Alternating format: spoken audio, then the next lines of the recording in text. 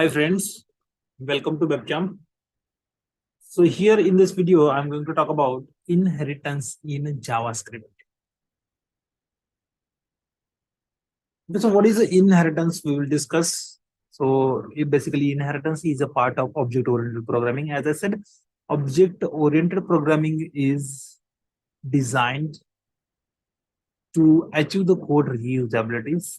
And since inheritance is a part of OBS, so again, the purpose of inheritance or creating inheritance between two classes is for the code reusability. So how to do that, everything will be discussed. Types of inheritance will be discussed in this video. That is what single level, multi-level inheritance. Then how constructor inheritance works. What is the use of super method and why we cannot write multiple methods. Methods means functions with the same name in a JavaScript. So these all things are discussed here in this video. So be stick to the webcam and let's start our journey with inheritance. Okay, so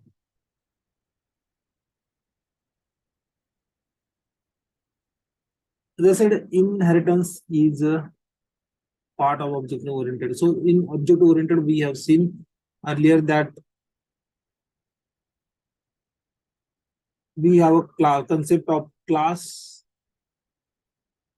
and we have a concept of object, right?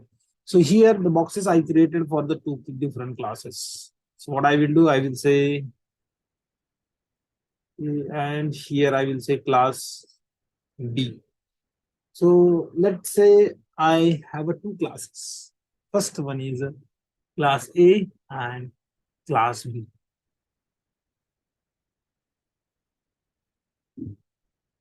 And I wanted to create a relationship between these two classes. Okay. So that if I create an object, of class B, if I create an object of class B, then it should be able to access all the properties of class A, right? So I have to create a relationship between these two classes in a such a way that class B object should be able to access all the properties and methods of class A. And this is what called inheritance. So programmatically, how we can write. So inheritance is nothing but by default, it comes to the child class. So what is child class? So the class which is going to inherit the property of another class, I mean yes. So that class we can say as a child class, right? Similarly, for the class which will be inherited by another class, for that class we can say its parent class. This is how we can define the relationship. Means by default, suppose your parent has some kind of properties, right? And it will be automatically inherited to you. You can say that you are the owner of that property. Like that, here also in programming also, we can achieve that kind of relationship. We can achieve code reusability by creating inheritance. And how to create inheritance? Inheritance is created between, by using the word called extend. Extend. Class B is going to extend the class A. Okay, extends. So this is how it will work. Sometime for parent class, we may say that it is a super class. These are the names, or we can also call it as a base class. Similarly, for child class, we can say this is a subclass, or sometime we can say it is a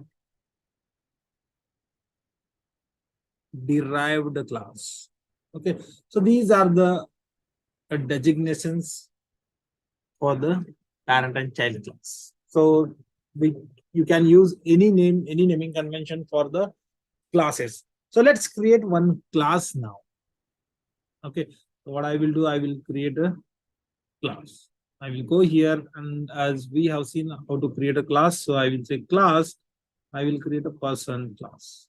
Okay. Now I have a one person in my mind. I have imagined one person. So now I would like to add the properties to that person. So I will say name. Yes, definitely the person should have name. Okay, so let me use this syntax and I will say Brahma. Okay, this is my one of the property. Then I will say last name is equal to birth. Okay, I may have another property called email. So @gmail.com. So these are the properties that person has, right? And this person can be a student, this person can be an employee, this person can be anyone. Okay, so you can imagine another category of person. So let me say that this person is a student, right? Now this person is a student, and now again I need to add the properties for the student, right? Because as I know the person, but still I have to classify that person as a student. And if I wanted to add the property, definitely I would add like this, right? Yes, definitely I can say, but you can copy and paste, right? This is what we can do, but there is no relationship between these two classes, and we have to achieve the code reusability. So if you want to achieve the code reusability, means whatever the properties defined under person class, that should be accessible by object of student class, right? So how we can make that is what the use of inheritance. So we have to make that property accessible, and how to make that, you have to say extends. Okay, extends, and student should be extended by the person, or person class should be extended by student, right? Student is going to extend person class. By writing like this, you do not need to define the property once again, whatever the property you have already defined here. So what I will do now, I will create a method here. Okay, function. I suppose not to write like this. I will say full length. And what I will do, I will create a function. What went wrong? Okay, this is what anonymous function we are writing. So I will use arrow syntax, and full name is a name of function, right? It's, we can say property, but if you don't want to use this syntax, definitely you can avoid what we can do is we can define function like this. That will also work if you feel this is easier. Okay, and what I will do, I will say this dot name. Okay, I would like to write this on the document, so I will first write that method. I will say document.write. So this will help me to write my content on the HTML browser. Okay, so this is what this dot name. This is full name. This method is going to write this on my screen. Let me go to the folder. Let me open this with Chrome, and yes. So we have this much of code, but this method is not yet called since we are unable to see the output, right?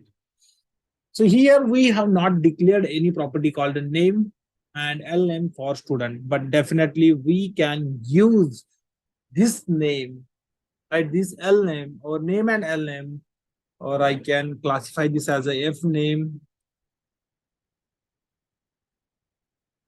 so that it will be again very much clear, f name and l name. Okay, so like this I can classify, and I have not added properties to the student class. Still, we would be able to see. So let me create a object first. So let's say S1, student one is equals to new student. This is the way, right? This is one of the way to create a object. That's what we have seen already in my previous video. So now what I will do, I will use S1 dot, I will say full name. And here I have called that method. That method is going to print the full name on HTML. Okay. And here you are able to see the Brahmadev. So you can think here that did I added the properties for student? No, right? But still student object is able to access these properties. This is what the inheritance. Whatever we have seen or whatever you are able to see on the screen, it's just a single level inheritance. Just a single level inheritance. But let's say if there are more stages in the inheritance, let me create one more class. And if I create class C here, right, this is what my third class, right? And again, if the C class is going to inherit the properties of class B,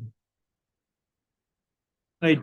So what we can do, we can write here extend also, extends, right? So C is again going to extend the properties of B, B is going to extend the properties of A. So here, this kind of relationship, we can define it as a multi-level inheritance. Okay, there are any number of classes. Single level is nothing but parent-child relationship between two classes. But if we create a third class, definitely we can say that as a three or more classes, we can say that as a multi-level inheritance. What I will do, I will add one more class here. I will say class and student can be an employee now. Okay, student is going to extend person. Oh, not person.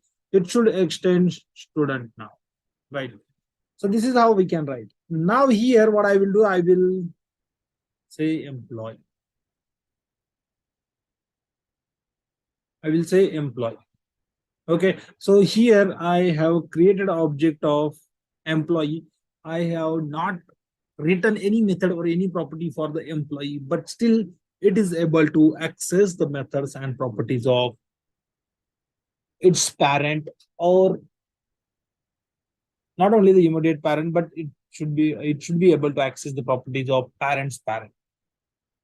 And if I go here, if I refresh, still you will see okay, S1 is not exist. Now we have changed that to E1. That's why. Okay, and if I refresh here, you can see that the properties from person class are still accessed by the object of employee class. This is what the multi-level inheritance. And like this, we can add many classes that may inherit. We can add different properties as per the classes that properties. So here, object of child class is able to access the properties of or functions of, or we can say the methods of parent class, but parent class object cannot access the child class properties. This is how it works. This is what the inheritance. This is what all about the inheritance in JavaScript. Okay, so we have seen single level inheritance, multi-level inheritance. Then constructor inheritance is something I discussed in my previous video. What is a constructor? So constructor is a special method, okay, that is used to initialize the attributes of objects. What does it mean? Okay, so at the very first place, people get stuck. What is mean? What is the attributes of object? So these are the attributes of objects. Whatever the properties are also called attributes of object. And then why we need a constructor? All right. So we need a constructor to initialize this value. So every time it is not possible to write like this. So instead, what we can do, we can create a constructor and we can we can initialize the properties through the constructor. How we can initialize? Let's see. So here I would like to add the constructor. Okay, constructor is a method that is what defined. You do not need to define a function keyword. Okay, and constructor you have to write like this, and you can directly pass the parameter here. So I will say f name, L name, and email. These are the three parameters this function or this constructor is going to access. Now, these three parameters are passed when the object is created, right? And inside a constructor, these three parameters are the only local variables. These parameters or these values, f name, L name, and email value will not be available outside of constructor until and unless you define it. Now, how to define? So you have to say this object, I mean the current object, this is used to refer the current object. So this dot f name is equal to, you have to say f name. Again, you have to say this dot L name is equal to L name. Okay, this dot email is equal to email. So this is how. So this keyword is going to refer the current object, no matter how many objects we can create. Any number of objects we can create for a single class, right? So now I have a constructor. Definitely, I have a constructor. What I can do, I would like to write something here so that we can see that documents dot write, because as I said, constructor is a special method which is called automatically when an object is created. But we are not going to create an object of person. We are going to create an object of child class. So I will write here like this text, some text I will add person class constructor 1 2 3 1 2 3. Okay, so this is how it works. Ideally, okay, if I go and if I refresh here, you will see that automatically it is calling this constructor. Did I create an object of this? No, right? Did I created an object of person class? No, right? Still that method is called. Constructor is why? Why? So there is a reason, okay, if we do not create a constructor for any class, then there is a default constructor. Okay, then there is a default constructor. And let me create a constructor here also. Control C, let me copy here. Again, we are going to add the constructor because all these three class may have the same property, and that's what we don't want to write, right? So I have created a properties here. Sorry, I have created a constructor for each of the class. Now, if I refresh, okay, let me change some code here. I will say employee class. Here, student class. So now you will see it is calling the constructor of employee class. It is calling constructor of employee class only, right? It is not calling the constructor. By default, it is not calling. But in earlier case, it was called, right? Definitely it was called. When we don't have a constructor for the class or child class, then it is called, okay, it called a parent constructor because person class constructor. This is how it works. So what is happening? This is what the mechanism we are going to understand here. So when I do not write, okay, when I do not create a constructor or when I do not write a constructor for this employee class. JavaScript will automatically add one constructor. Okay, constructor. And this constructor will not have any parameters. It is a default constructor, so non-parameterized constructor we can say. And by default, it will add super method here. Okay, so this is what the use of super method that I am going to discuss. So this super method, what will do? No other codes, because since as a developer we have not added any code, so super method will be called. And the moment super method will call, okay, this is what employee, it will call the constructor of its immediate parent. So now call will go to this student class constructor, right? And here also we have not declared any class. Means let me remove this. So we have not declared not any class. I mean constructor. So we don't have constructor for these two. So I am discussing this mechanism, right? So what I can do, I have a constructor for employee. Now, I mean that is what automatically created. It will call. Okay, what it will do, it will call the automatically created constructor of student class. And again, that student class have the same type of constructor, and again that will have a super method. This super method will call the constructor of person.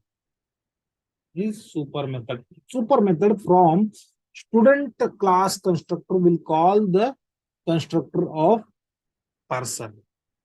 And this is how chaining works. This is how chaining works.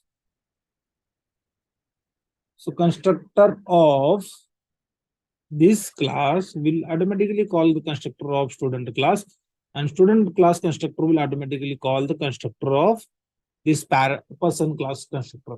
And that's why we are able to see this output on our screen when we do not write a constructor for child classes. This is what automatically created.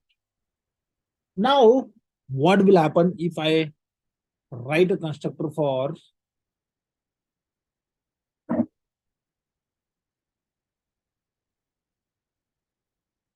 okay, this is, oh my god. Okay, so let me add a constructor here. That is what I have removed. Right. So now I have a constructor for all the three classes, right? Here for employee class, student class, and then it is not called. It is not calling the methods of parent class. Why? Again, there is a reason. As I said, whenever default constructor is created, it will add a super method. Did I added any super method? No, right? I have not added any super method. So definitely I should add, right? At very first place, I should add super method when constructor is created. This super method is going to call the constructor of student class. So now you will see both the student class constructor is called, right? This is what from here the call is from this super method. Call is go to this constructor. This constructor is called. But first, I would like to see the output of my whatever the first constructor is called. So that what I will do, I will put this method a line down. This, I mean the employee class constructor. So now you will see two outputs. Employee class constructor is first called, then student class constructor is called. That is what the super for employee. Now, if I add one more super method here, okay, so what it will do, it will call the constructor of person class. And here you will see the output. All the three constructors are called. Okay, so this is how it works. Constructor chaining works. Super method is used to call the constructor of parent, not only to call the constructor of parent class, but definitely you are able to pass the parameter to its parent, right? So did I pass any parameter? As of now, not passed. So Here this method is showing me a null output, but I wanted to pass the parameter. Okay, I have not passed any parameter here. So here I will pass my name first, Brahma, then surname is birthday. Okay, so you will see the output now. At very first place, you will not see. I will show you how this will works. Or Bram birthday at the rate gmail.com. Okay, this is what the three parameters. I have three variables here. Sequentially, I have passed the three parameters, right? And now if I go here and if I refresh, still you will see the output as a none. Because what it is saying that we have initialized here, but this method or here we have not declared for this method.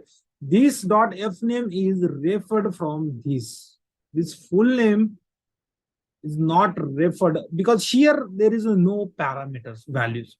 We have only used super method to call the constructor, but yes, we can pass same parameter to its parent. And how to pass? Definitely we can pass.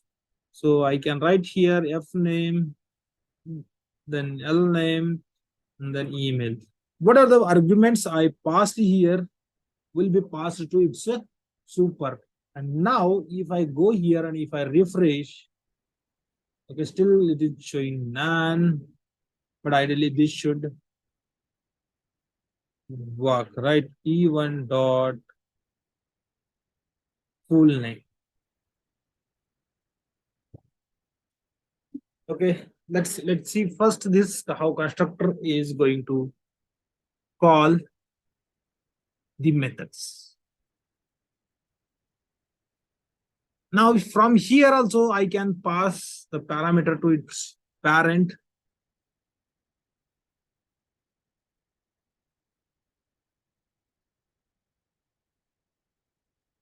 So what I will do, I will say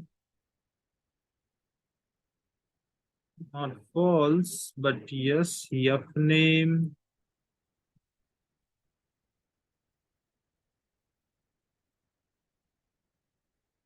L name, and email. This is what the chaining works from this super method constructor, super method of employee class. We can pass the parameter to this constructor, and we can pass the parameter to the person constructor. Now I would like to see my output here, how it works. Why it is not working? Because here we have used the capital F.